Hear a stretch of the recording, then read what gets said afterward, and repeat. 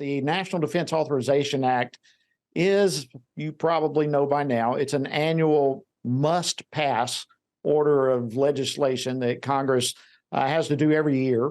And it establishes security priorities while at the same time, things like pay for the troops. It sustains various Pentagon programs. Well, this year, the NDAA, Republicans in the House of Representatives stood up to a left-wing agenda. And the Republicans brought all sorts of amendments to the table to rid the military of a woke agenda that was being forced upon our military. And yet coverage still from the legacy media has already spun all of this to try to imply that conservatives are the ones who have turned the NDAA into a partisan affair. But we are going to set the record straight on this program. Joining me now to discuss this and more, Congressman Scott Perry. He serves on the House Oversight and Accountability Committee, as well as the Foreign Affairs Committee and the House Transportation and Infrastructure Committee. But to me, he is chairman. He is the chairman of the House Freedom Caucus, and we affectionately know him as the General. He represents the 4th Congressional District of the great state of Pennsylvania. Congressman, General, my friend, welcome back to Washington Watch. Great to see you. Jody, it's great to be with you. Thank you for what you do. Of course, look, we still miss you being here in Washington in the fight with us, but we know that you're in the fight anyhow, and that's a blessing from the good Lord. We just thank you for it. Well, thank you, Scott. I appreciate that. Well, listen, this NDAA, I know you've got to be exhausted. You guys, I know you've been early days, late nights, all sorts of battles and debates. But walk us through, first of all, let's kind of go through the history of the NDAA legislation, which in recent years has been walking down a path every year of getting more and more woke. I know I voted against it many times. It just has been marching down this path. Give us a history of it.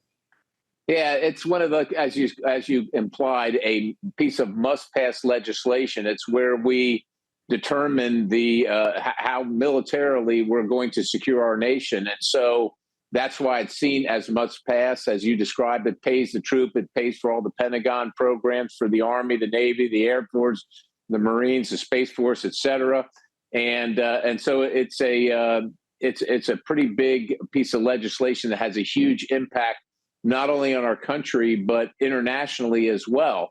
And over the past decade or so, it was always assumed, no matter what your stripe in Congress, whether you're a Democrat, a Republican, a liberal, or a conservative, a libertarian, anywhere in between, that you were for the defense of the nation. But over the past, I would say 10 years, certainly since President Obama was in office, it has been used as a tool for social engineering, to establish another beachhead of this woke leftist agenda.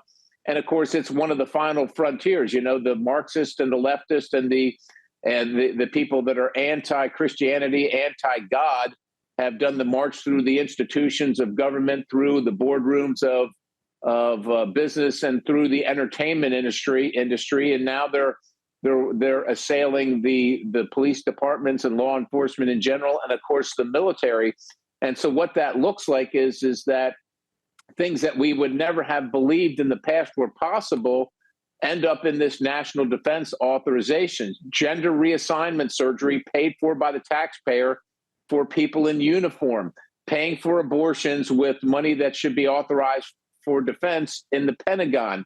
And so even though that was happening, every single year we'd probably see, out of 435 members of Congress, up to 350 or more people voting in favor of it, because even though they disagreed with many of these new policies that are leftist policies, they couldn't go home and say, I voted against, supporting the troops, paying for our national defense. It's outlined in the Constitution. And even someone like me, who have served in uniform for over 3 decades, would still have to answer questions about that. But it had gotten so bad, Jody, as you know, that many of us Republicans just simply no longer could support it. Now, of course, we're in the majority. And so we were expecting a strong conservative Republican national defense authorization to come out of the House Armed Services Committee. And but I will tell you that these old habits die hard, and I think the goal was to get a bipartisan bill. And look, I think it's great if it's bipartisan, as you know, Jody, but we got to do the right thing first. That's what you do, is the right thing. And then if the other party wants to come along, well, God bless them. That's awesome. But you have to do the right thing and hope they come along, not just do what they would do to get their votes. Because if you do what they would do, we're going to keep the abortion policy. We're going to keep the gender reassignment policy. We're going to keep teaching our academy graduates or attendees critical race theory. And that all exists. And so once the bill came out of committee, there were 1,500 amendments. And of course, from my viewpoint, and I think from yours, Jody, the bill was not acceptable for Republicans, and certainly not for conservatives, and not for God-fearing, patriotic Americans who know that we have a charge to defend our country. And that's embodied in this National Defense Authorization Act, not to use our military as a social experiment to promote the leftist ideology. So we went to work. That's what happened. We went to work. Outstanding historical context there. And it has been one of those bills, must pass, has been getting worse and worse and worse and worse for years. But all that stopped this time around. And not because of necessarily those leading the Armed Services Committee, but there were a group of you, the House Freedom Caucus, and some other members of Congress who drew a line in the sand saying, in essence, enough is enough. The purpose of our military is to be lethal. The purpose of our military is to defend our country. This is not a social experiment playground. And this time around, you guys pushed back, you guys being men and women who jumped into this battle, and you turned things around. What was it like behind the scenes to make this happen this week? Well, of course, it was very unpleasant. They moved the bill out, and then they had all these amendments. And of course, the leadership didn't want to entertain any of these amendments. And they said, we can't have them. And we said, look, we're not voting for the bill. If you're going to support abortion with taxpayer money in the National Defense Authorization Act, you're not going to get my vote. And that, of course, their answer was, well, if we amend that, if we change that, we lose all the Democrat votes, and we can't get enough Republican votes to pass the bill, and it's a must-pass bill. And so what are we going to do? And we said, look, do the right thing and trust us. As long as you make the bill good enough, end that abortion policy, stop this transgender policy, stop the woke policy, the Office of Diversity, Equity, Inclusion, stop the critical race theory training. Let those amendments not only come to the floor, but work to pass them. Work to pass them. We will come along with you and vote for a good bill. And if no Democrats vote for it, well, that's unfortunate, but there will be enough of us that will help you pass this bill. And that's what happened. Look, they were very, very concerned, and the pressure was on. They were very unhappy. There were very late nights. There was a question whether the bill would even come to the floor. And it was, you're up till 2, 3 in the morning, and then back up at 6:30, back at it. Tempers were flaring, and the temperature was high. Of course, it's July in Washington, D.C. It's the swamp, as you know, Jody. But we stayed after it, and we stayed faithful to our mission. And look, we did get at least one Democrat to vote for it, so that means it's bipartisan. And we didn't have to compromise our principles. The bill's not perfect.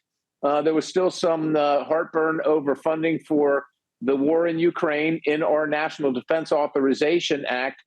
But no, as you know, Jody, no bill is perfect. But getting that life provision and stripping out the transgender, the gender reassignment surgery on the back of taxpayer dollars, where people find that morally objectionable, was the primary goal.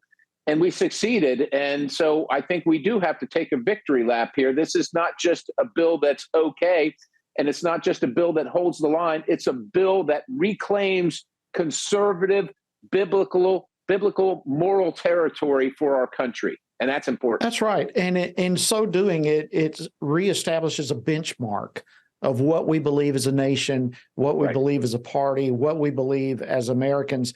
And I must confess to you, I'll tell you what, as this was unfolding throughout the week, I, sitting on the outside now, was looking in saying, it's the same old, same old. This thing's going to be filled with garbage and people are going to feel like they're forced to vote for it. And as things started unfolding yesterday, Scott, I got to tell you, I could not believe some of the amendments that were coming to the floor that were passing.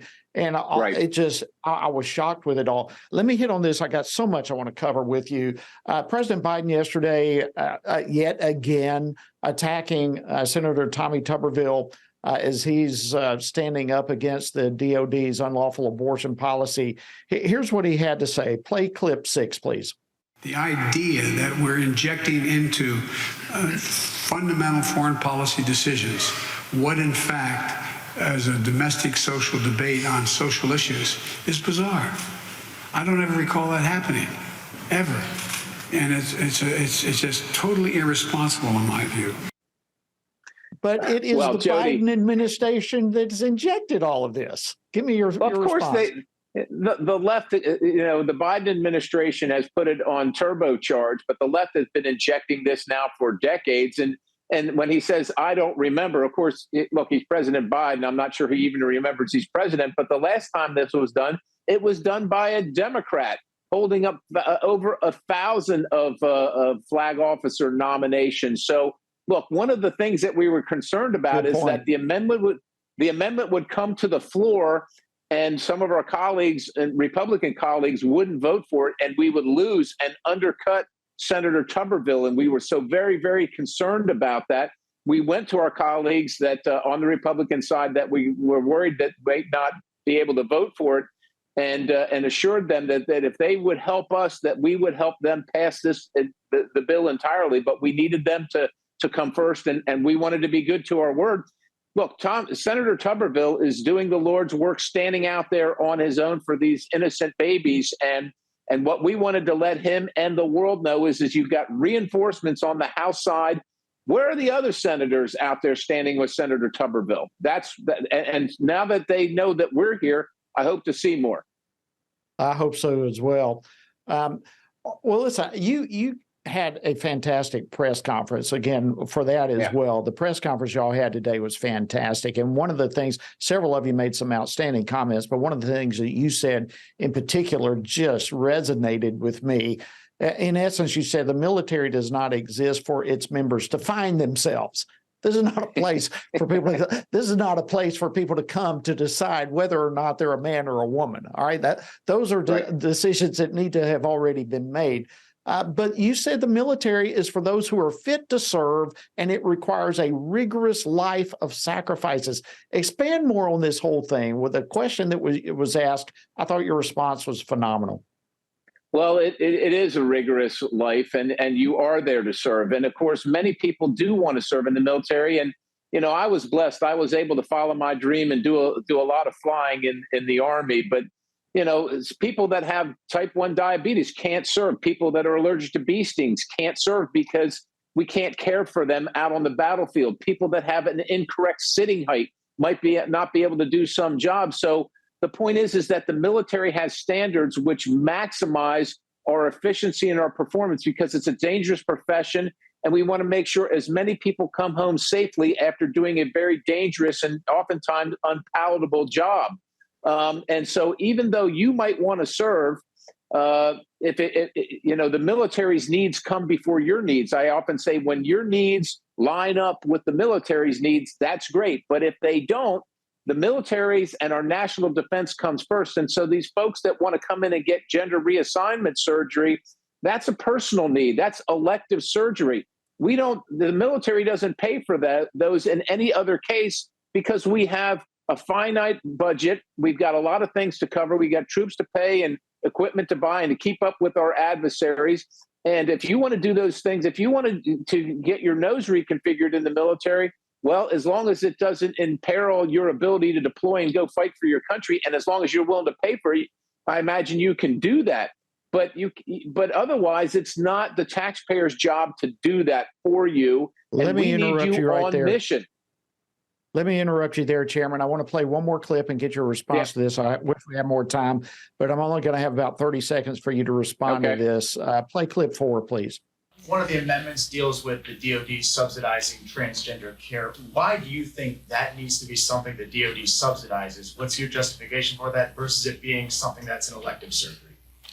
We have to take a step back and look at the totality of the United States military and its readiness. And I believe that the Department of Defense has made the appropriate decision in its totality that every single segment of society should be welcomed. No.